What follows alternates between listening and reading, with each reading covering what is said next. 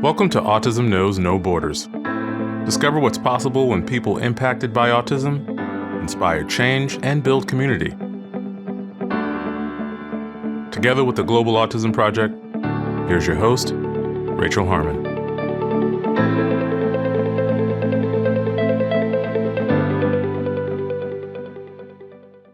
Hello, everyone. Our guests today are Stephanie Decrammer and Russell Botting.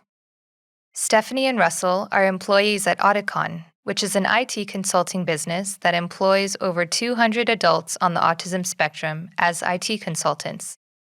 Stephanie is one of them, and Russell is her job coach. They work together at Auticon's office in London, England.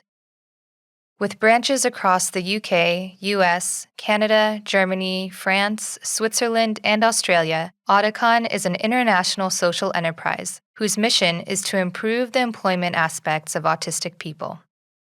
They aim to provide high-quality careers for skilled autistic adults, shift perspectives in the workplace by placing consultants into client teams, and act as a catalyst for clients to bring more neurodiversity to their wider workforce. In this conversation, Stephanie and Russell discuss their experiences working at Auticon and offer ideas about how other companies could increase neurodiversity in the workplace. They also talk about what services are available to families in the UK from diagnosis to adulthood. Stephanie explains what it was like for her to find out about her autism later in life and what she wishes neurotypicals would consider when communicating with her. She also shares her special interests and strengths related to autism. In this episode, discover what's possible when diversity strengthens the workplace. For more information about our guests and the work they do, please visit our show notes at autismknowsnoborders.com. We appreciate your time. If you enjoy this podcast and you'd like to support our mission, please take just a few seconds to share it with one person who you think will find value in it too. You can also follow us on Instagram at Autism Podcast and subscribe to our YouTube channel, Global Autism Project. We would love to hear your feedback about the show. Please fill out the short survey in our show notes to let us know your thoughts.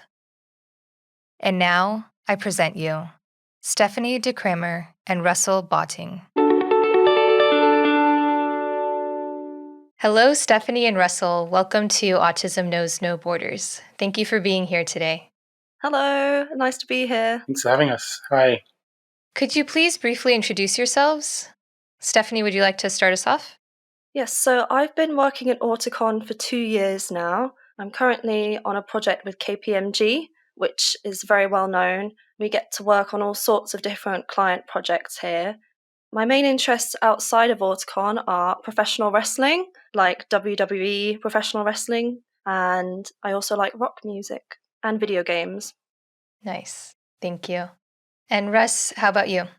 Thanks, Rachel. I'm Russell. I'm the lead job coach at Auticon, and I'm actually Stephanie's job coach. So I've been at Auticon for 2 years now, and my background's come from a clinical psychology background. So before Auticon, I worked in the NHS, different learning disability and autism services, providing psychological input and support, and also have experience of conducting and delivering autism assessments, autism diagnostic assessments as well. Oh, interesting. What were those assessments that you were doing? It's for the autism diagnostic assessment. So that will be, I primarily use something called the ADOS, so the Autism Diagnostic Observation Schedule. Mm-hmm. There are different types of assessment, such as the DISCO. I haven't done experience of using that, but it's mainly the ADOS. So that's a diagnostic process where individuals will usually, you'd have an assessment with an individual and then obviously a different assessment or kind of interview with kind of informants, so parents or caregivers, to get kind of a bit of the developmental background and history of the individual through childhood, their kind of social communication development, and then obviously the assessment itself would look at how that person's experience of autism. And it's essentially an interesting assessment where it's used to kind of elicit autistic type behaviour, so how people interact with the environment, with others. It looks at kind of emotional reciprocity, communication and interaction, and also lots of different elements of emotion as well. Got it. So let's start with how autism is viewed in the UK. And first, could you just let our listeners know what city you guys are in? We're in London. There's another office in Edinburgh. Okay, got it. So, what's the understanding of autism where you are? Autism in the UK, it's a mixed bag. So in my age group, 1994, I know people that my age that needed to get diagnosed, that really had to push for a diagnosis. I believe because they were girls and it wasn't as obvious as the boys, who tended to be a bit more disruptive. The girls could be very quiet and they'd see it more as, oh, she just really loves reading, or, oh, look, she's collecting lots and lots of toys. It's so motherly. And they'd characterize it as a motherly, quiet nature rather than an autistic sort of nature.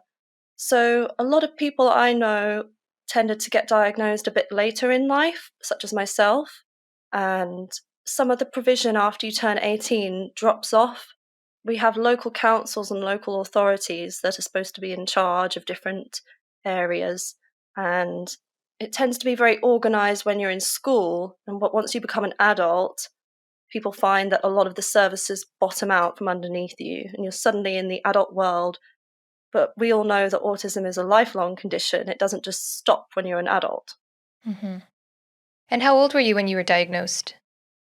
It was in 2016, so I would have been 22, and I'm 26 now. Mm-hmm. I definitely want to touch on that again later in the conversation. Sure.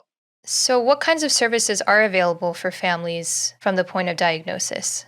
Russ, do you want to speak to this since you have some experience at that phase? Yeah, absolutely. And I think just touching back on Stephanie's point, it's absolutely true, is often a key determinant in individuals or families receiving a diagnosis is often perseverance from the individual or the family. So often the system, whilst it is in the NHS, is a great system, it's not often set up for the amount of kind of diagnosis we now see. And there's lots and quite a large increase in diagnosis, and waiting times are often kind of 2 to 3 years, if not more, for a diagnostic assessment in the NHS. So families, individuals are waiting an extremely long time for support. And during that time, that individual may need additional support that they're not getting because they don't have that diagnosis.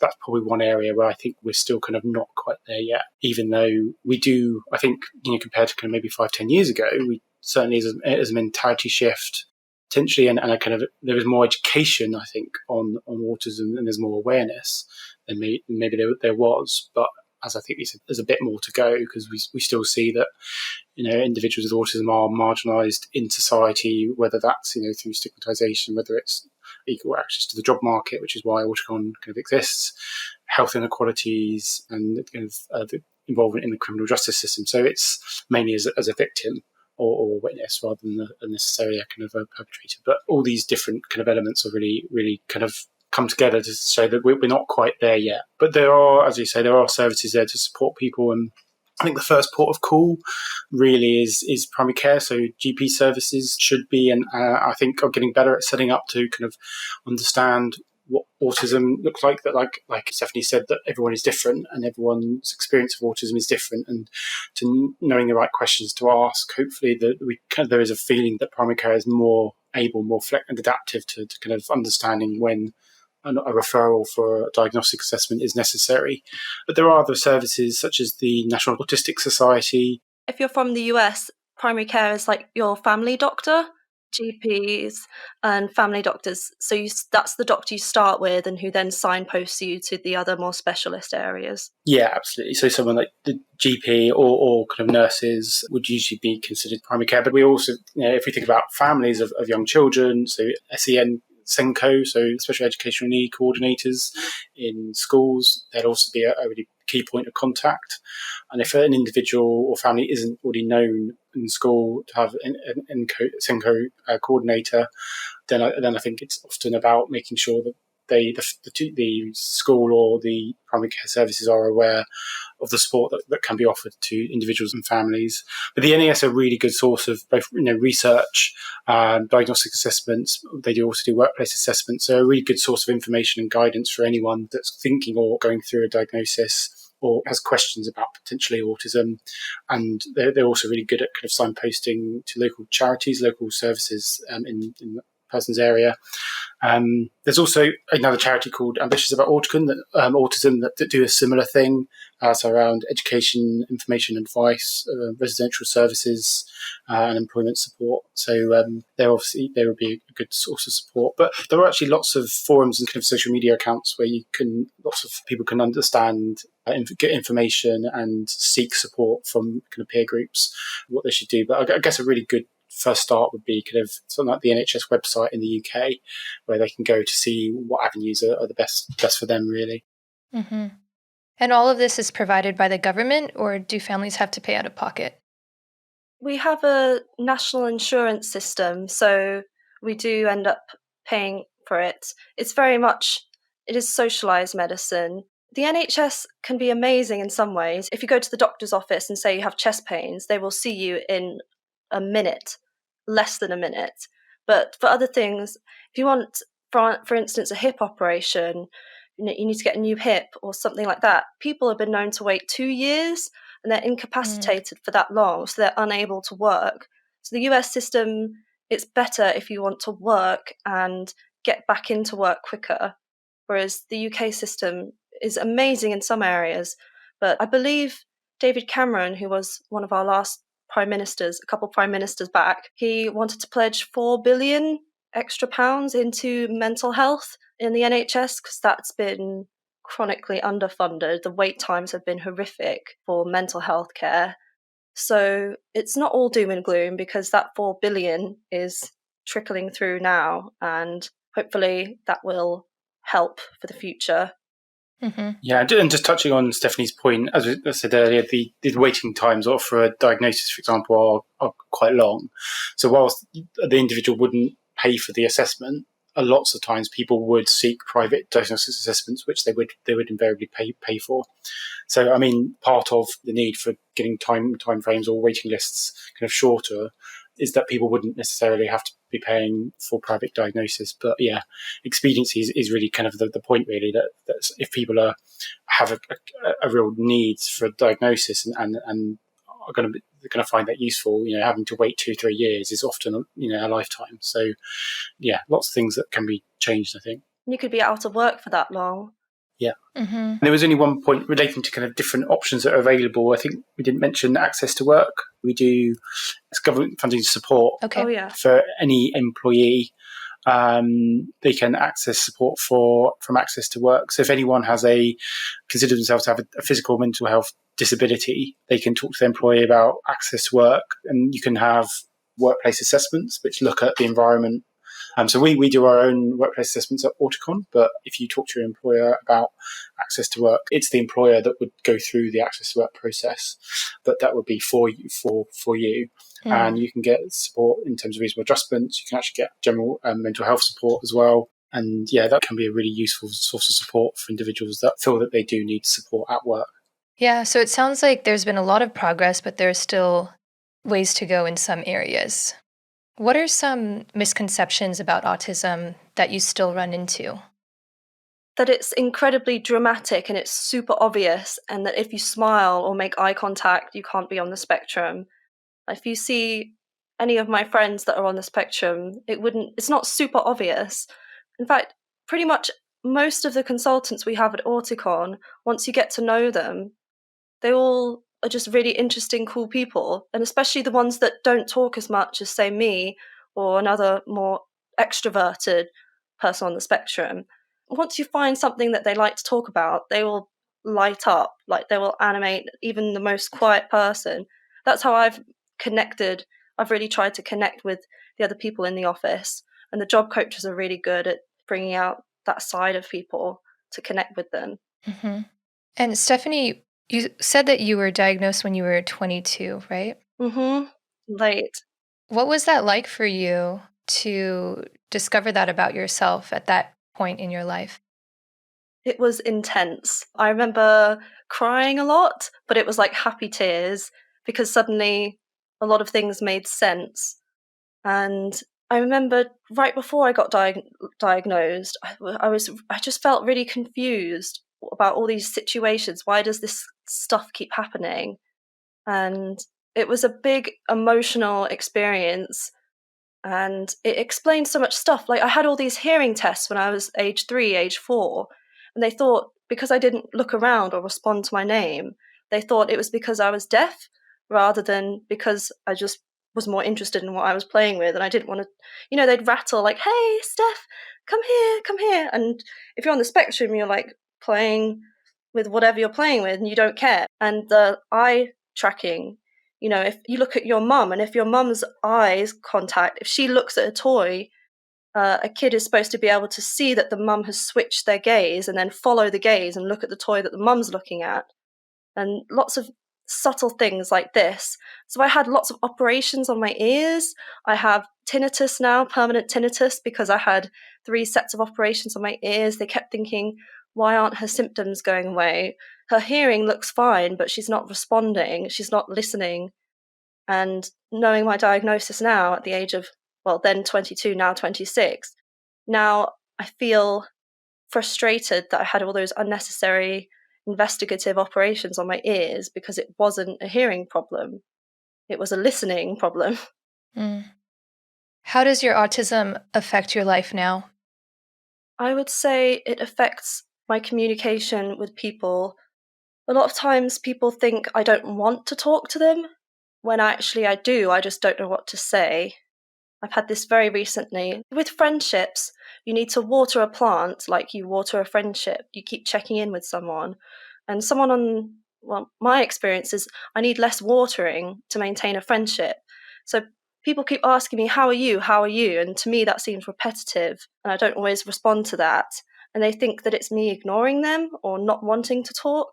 So the main way it still affects me is through interacting with other people. If you'd asked me at age 22, I would have said the sensory experience, like the lights and the sounds. But now that I have my diagnosis, I've got much better at managing all the sensory onslaught. So that's a good thing, at least. Yeah. Do you find that you struggle more when interacting with neurotypical people, or does it not matter? Like it's the same even if they are autistic? No, I find if someone is neurodivergent, if they have ADHD or maybe they have dyspraxia, I actually have co-occurring ADHD.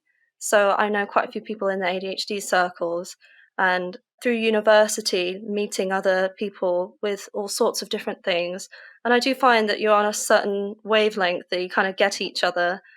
And I just find people that are neurotypical, I'm much more scared of accidentally offending someone or doing something wrong. Even if I've had a completely normal conversation afterwards, Russell tells me this all the time. Afterwards, I'm like, oh, I think I said the wrong thing. I think I did something wrong. But I never really feel that way with someone. If someone's neurodivergent, they tend to just take what you say at face value. They don't tend to think about extra layers of meaning and all these hidden signals that people are giving each other that I don't really understand. I wish people that were neurotypical would realise that we're not trying to upset anyone, and most of the time, if we are upset with you, you'd know because we kind of wear it on our sleeves. So there's nothing hidden. It's sort of in plain sight. At least that's my experience. I don't want to speak for everyone. Yeah, that's actually really good advice because it can kind of fall under ableism in a way. This attitude that you're trying to tiptoe around someone who thinks differently because you don't want to offend them. It's already othering them and thinking that they can't handle you just being yourself. It's like, I think I have friends that are trans and they overwhelmingly say, just ask me what my pronouns are. I'm happy to tell you. You don't have to be scared.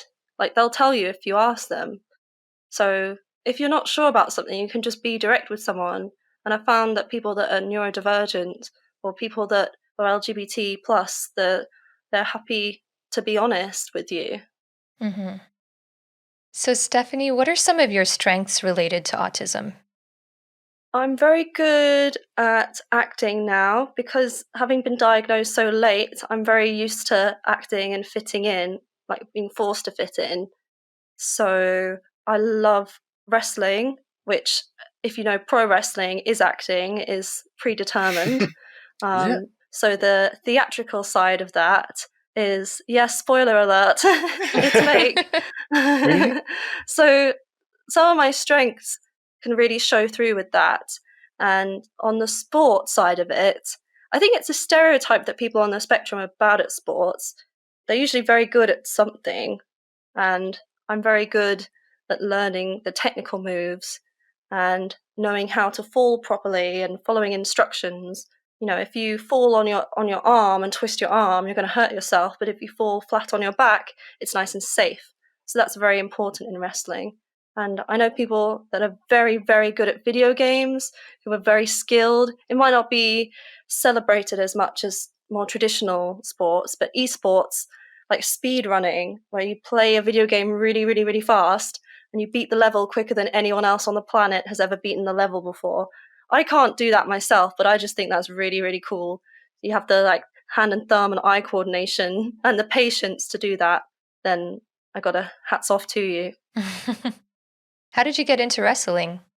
I used to be a fan in the 90s, and during the 2000s, I went to WrestleMania in Florida, Miami. And when I was 18, I thought I'd give it a go. There was a school in Leicester, which is not Leicester, it is pronounced Leicester. And I gave that a go.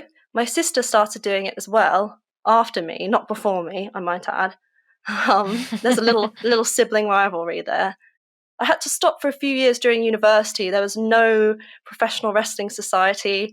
No, I didn't want to start a professional wrestling society. I wasn't good enough at that point to train anyone else, certainly. Then after university, I started training again. I did some training in Canada, in Calgary, with Lance Storm, who's quite well-known professional wrestler. And I do shows on the weekends now. Well, not during COVID, but I do shows and we get crowds. It's usually family friendly. Lots of kids really love it. They like to do the Fortnite dances aggressively in your direction. It's a strange world. I can't really describe it. Cool. Did you go to school for computer science? No, we call them comp skis, computer science. I was friends with a lot of comp skis at university, but no, I studied natural sciences, so biology and chemistry. And all the sort of scientific data that you study puts you in a good position to do a career in data science. I always knew STEM was very important from a young age. I was hearing about how there's not enough girls in STEM, so I thought I may as well do that. I love it. You're just trying to counter all of the gender stereotypes. Thank you. Yeah, people, when they look at me, don't think I do wrestling, or they think maybe I'm in marketing or some kind of something else. All right, let's talk about Auticon. Russ, could you give us an overview of just what the company is and what services you provide? Sure, yeah. So Auticon are an IT consultancy. So we work in the field of data analytics, quality assurance, data science, and cybersecurity. But we exclusively employ adults who are on the autism spectrum. The main reason for this is because a report showed that in 2016 by the NES, I was referring to earlier, found that 16% of adults with autism are in any form of meaningful work, despite over 80% saying that they wanted to work, and most importantly, they have the skills and aptitude, intelligence to work. So that's essentially one of the reasons why Auticon was set up. It's actually a German company, so it's founded in 2011 by our founder Dirk, whose son was on the autism spectrum, and like I said, had a degree and was in computer science, and just couldn't find access to the job market, despite a number of interviews, which obviously he found quite overwhelming and anxiety-provoking. And so the Auticon was set up, and the UK office was founded in 2016. And essentially, we are first and foremost a social enterprise, which means so whilst our aim is to be profitable, we actually have a social goal, which is to increase the employment opportunities of adults who are on the autism spectrum, in simple terms. So all of our IT consultants have a full-time contract, and they come with lots of different skills and competencies and abilities. We have masters in computer science, we have PhDs in astrophysics, we have lots of different experiences and diversity within the team. So the main ethos and vision of Auticon is to increase employment for adults on the autism spectrum. But an additional element of that is to increase and promote and encourage neurodiversity and neurodivergence within the entire workplace. So we also advise companies on how they can make their workplace more accessible for individuals with neurodiverse conditions. So looking at their processes from kind of advertising job roles and making it accessible for neurodiverse consultants, to recruitment, to onboarding, how they maintain employees, but also training on neurodiversity and inclusion, and also individualized coaching. Got it. And Russ, your role is a job coach. Yes. And Steph, you're an IT consultant. Yes. So could you walk us through how you two work together? Yeah, we work directly together. So Russ, being a job coach, it's so good because he's like an extra layer of advocacy. So every time we get posted on a new project, he's there to stick up for me, to say, oh, these fluorescent lights are too bright, or hey, she needs this extra bit of software on the computer, or hey, she didn't understand that thing you said, could you explain it again?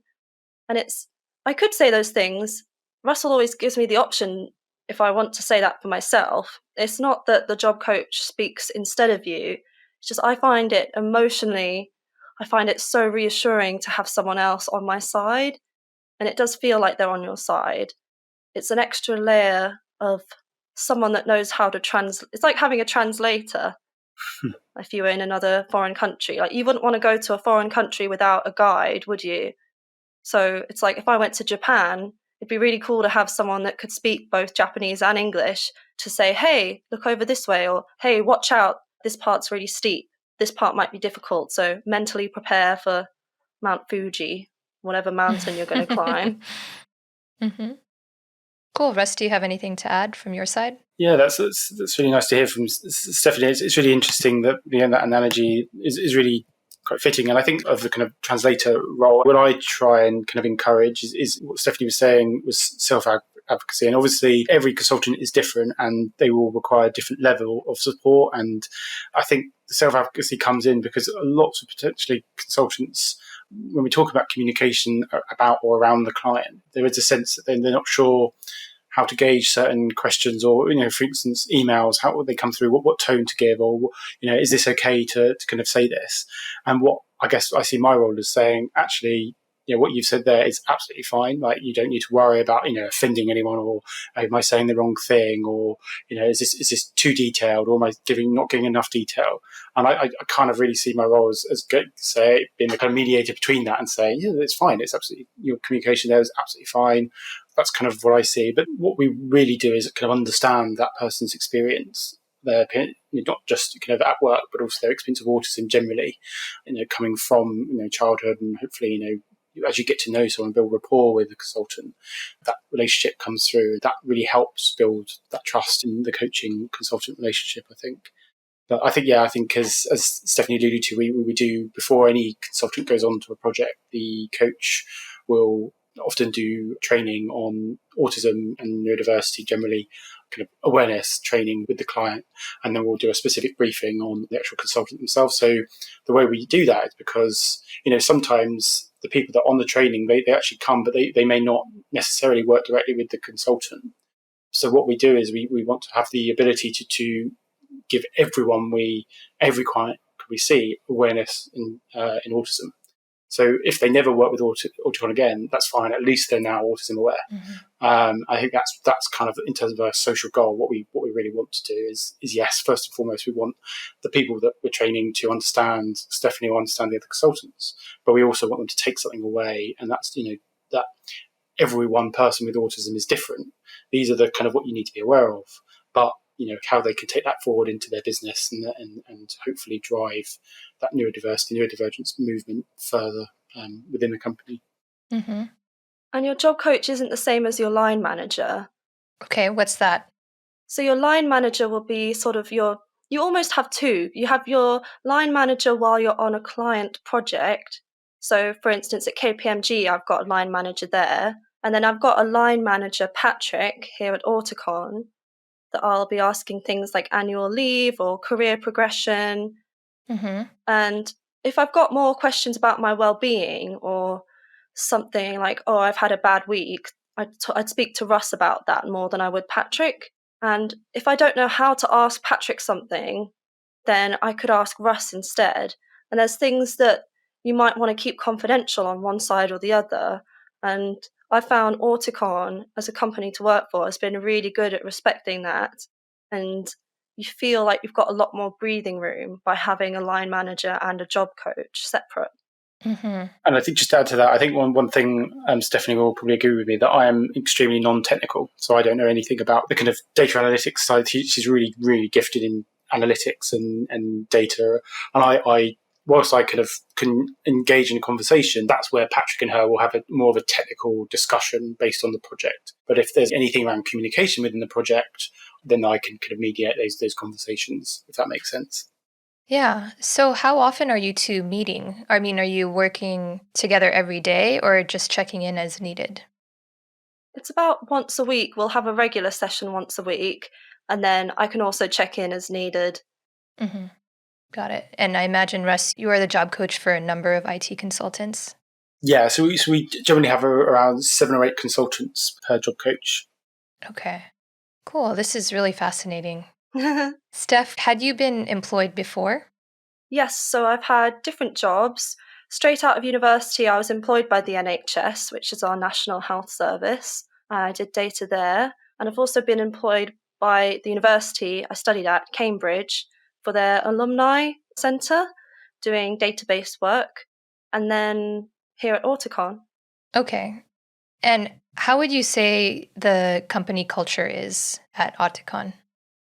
You've got a small company feel in that if you want to talk directly to HR, there's not like 10 different HR people. And if you need to order a new chair or a set of headphones, it'll come like that because you know Francie, you know the name, like you know who does it. You don't have to have 10 steps of approval, or this chair is over £50, we're going to need to speak to the person above you and above them and above them. There's not all this red tape, which I find really helpful. And also, yeah, because it's strange, because you've got Auticon, the wider Auticon, they've got offices in California, in Calgary, in Canada, and Germany, and I believe Australia. Yes, so there is a wider... We occasionally get emails and news from the wider company, but most of our culture is based on the London and Edinburgh offices. That's sort of who we see and know pre-COVID. Mm-hmm. How have you had to adapt your services as a result of COVID?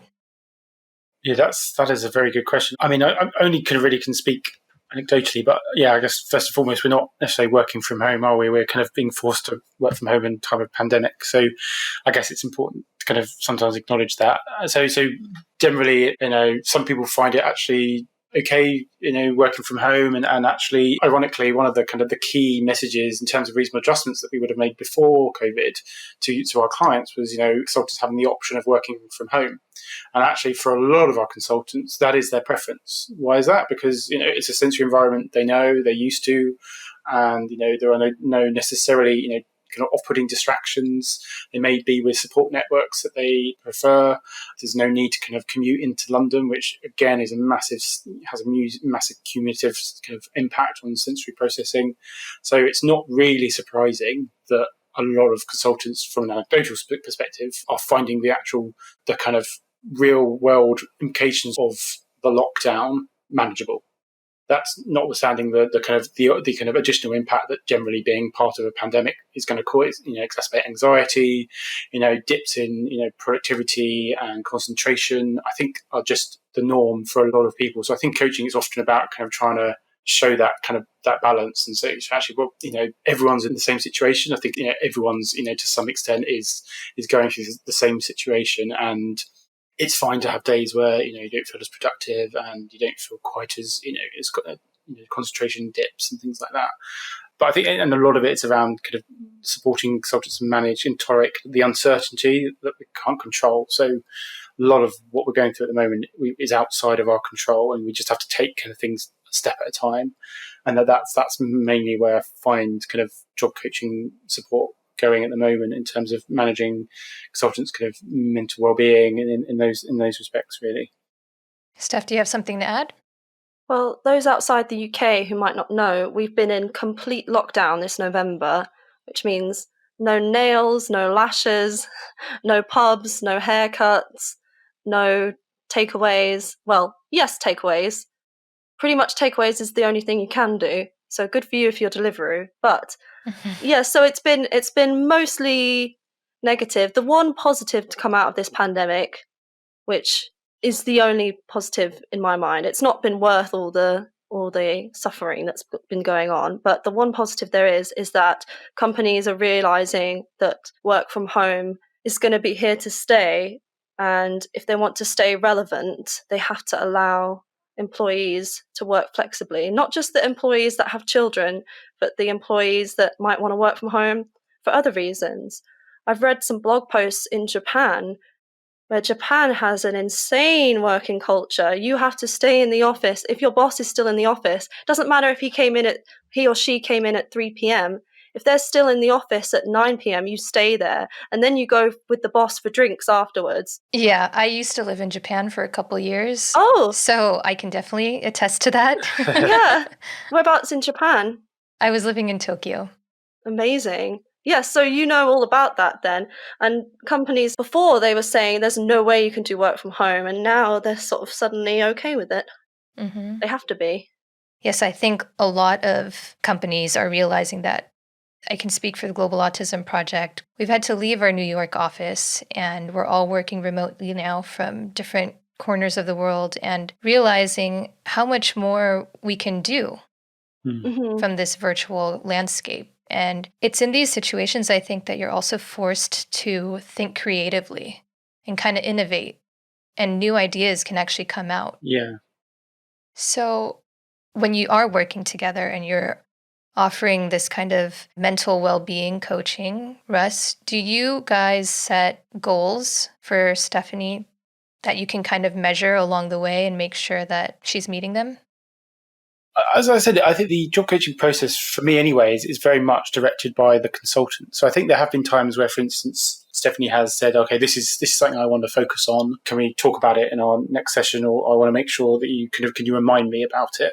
And just to make sure that it's on my mind, so it doesn't, I can kind of focus on processing it on top of everything else I'm doing. Because we've got to remember the job coaching can be sometimes split between the actual job itself. So the work Stephanie was alluding to earlier, her work that she's doing at a client project, but also we may talk about totally different things around, outside of work, how things are going at home or in relationships, or just generally how she's managing the day-to-day kind of life. And some of our goals may be related to that. So we kind of have to balance those two together. So I think generally, yeah, we do kind of set kind of flexible goals, I would say, on occasion, depending on what is brought up in the coaching sessions. Yeah.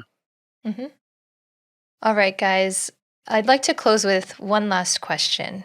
What advice would you offer other companies who are looking for ways to be more inclusive and more diverse? I think look at the skills. They might not impress you in person. They might not make as much eye contact as you want them to, but if you really look at what they can do and their attention to detail and their perseverance and loyalty and honesty are big qualities with people on the spectrum. I think people that have gone this far in life, that they're hardworking. So I'd say give them a chance and maybe do something that's a skills-based task, so it's not completely a verbal-based interview. I think that might give them time to shine. There's different opinions on that, of course. Russell, what do you think? Yeah, that's true. That's what we do at Auticon. So, as you can imagine, interviews are basically a social construction of how we now generally assess someone's competence in a job. But actually, it's a test of selling skills, which individuals with autism, for various reasons, will find harder because, again, it requires theory of mind and knowing kind of what other people want to know, how much detail to go into. But what is really important, actually, what you want to know in an interview is, can that person do that job? So technical tests, task-based kind of interview processes are probably a better way to go. And can you actually test someone's competence at that skill rather than their ability to talk about their competence or their abilities, I guess, is probably a better way to go. But I guess it's also about, when you, as an employer, if you think about the employees you already have and finding out are you doing enough to support them from a neurodiversity perspective? So it's about kind of opening up, surveys and questioning whether you are doing all you can do for individuals, and making sure that you are making reasonable adjustments when necessary, and encouraging people to disclose at the earliest stage as possible if they have a autism or neurodivergent condition, so that you can put in place any reasonable adjustments that allow that person to excel or perform that role to the best of their ability, I think. I would like to add that people on the spectrum are generally very nice people. And that sounds super cliche, but people that have gone through crap stuff in their life generally are empathetic, and they do understand struggles, and they do their best to work with other people, and they'll be a team player in their own way. They might not come to every drinking session or every after work party, but they'll love to support and be supportive of other people, especially other people that have gone through struggles. They'll know internally what it's like to have to fight through something and work a lot harder than everyone around you, and just to kind of keep your head above the water socially. Yeah, definitely. Well, thank you guys. Thank you both for your time and sharing your stories with us and your work. I think the model that you guys have at Auticon is really inspiring, and I hope that other companies will look at it and get some ideas of how they can maybe implement some similar processes at their own jobs. Yeah, hopefully. I think we're getting there. And if anyone listening wants to get in touch or follow my wrestling, yeah, how can they learn more about that? On Instagram and Twitter, I am Kiara_wrestler. So that's KIARA_ the little dash thing, and then wrestler. And you can also follow me on Facebook. Just type in Kiara Wrestler, Kiara Wrestling, any kind of combination of those words, and you should find me. Kiara's my middle name. Got it. Yeah, we'll put links to those in our show notes, and also links to Auticon's website. Is Auticon on Twitter, Russell? Yeah, we're on Twitter as well. So AuticonUK. Cool. Thank you, Rachel, for being here and doing everything that you do. Yeah, thank you very much. Yes, my pleasure. Thanks for tuning in to Autism Knows No Borders. Many autistic adults have exceptional talents in science, technology, engineering, and mathematics. Many also have unique cognitive skills related to logic, pattern recognition, precision, sustained concentration, and an ability to intuitively spot errors. Despite these advantages, an overwhelming number of autistic adults still find it challenging to secure or maintain a job. As we discussed with Haley Moss in episode 18 and with Michael John Carley in episode 21, the unemployment rate for college-educated autistic people in the U.S. is as high as 85%, according to statistics from 2016. Auticon is doing something remarkable to change that. By building on each IT consultant's strengths and pairing them with a supportive job coach, Auticon is improving its employees' professional development, confidence, and personal autonomy. The clients they work with are also benefiting from an increased understanding of autism. As a result, different workplaces are shifting their perceptions of how they can collaborate with a more neurodiverse team. Auticon's unique model has the potential to be applied in many different contexts, countries, and organizations. If you're an employer, I encourage you to identify opportunities to make your workplace more accessible for neurodiverse adults. How can you create an environment where differently abled employees can utilize their unique skill sets in a positive way? Thanks for listening. Take care. You've been watching Autism Knows No Borders. If you like this video, please give it a thumbs up and subscribe to our channel. Also, we'd love to hear from you, so let us know what you think in the comments section. Click here to watch another interview from our podcast. You can also find us on your favorite podcast app. Tune in each week for engaging conversations of how people across the globe are inspiring change and building community. Thanks for watching. Take care.